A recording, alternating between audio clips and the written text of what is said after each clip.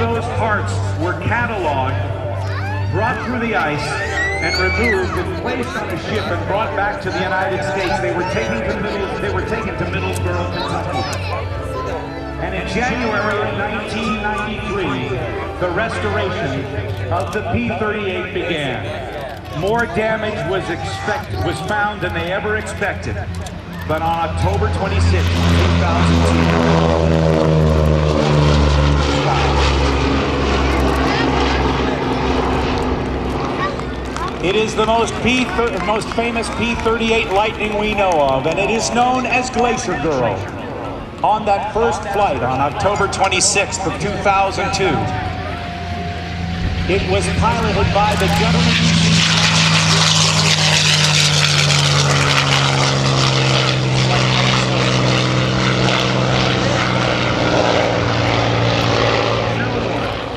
Flies the P-38 Lightning like Steve Hinton does. Please look to your left, ladies and gentlemen. We're going to see some aerobatics. Have your cameras ready. This is a rare, rare sight.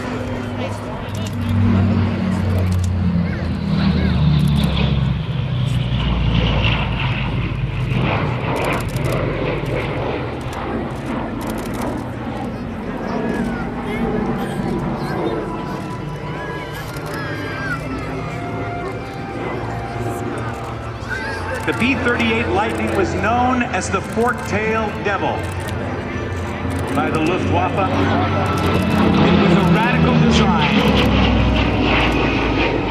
by Clarence Kelly Johnson and what became known as the Lockheed Skunk Works.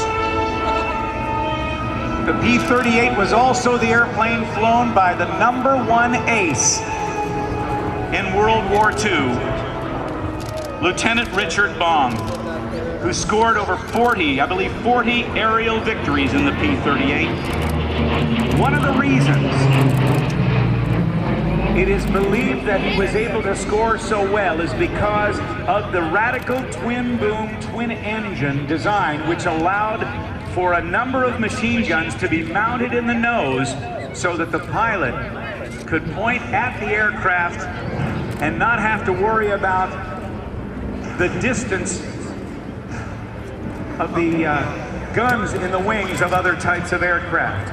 With a top speed of 414 miles per hour at 25,000 feet, 20-millimeter cannon in the nose, and 450 caliber machine guns carrying over 3,000 pounds of ordnance, usually, and two 1,000-pound bombs or 1,600-pound bombs or high explosive rocket projectiles.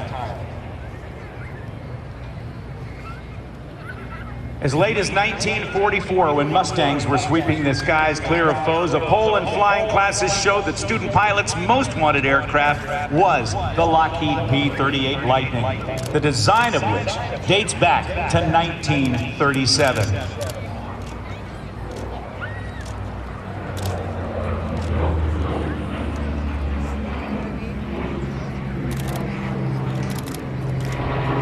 The P-38 Lightning the prototype made its first flight on January 27, 1939. Would you join me in a round of applause for Steve Hinton in the P-38 Lightning GLACIER GIRL?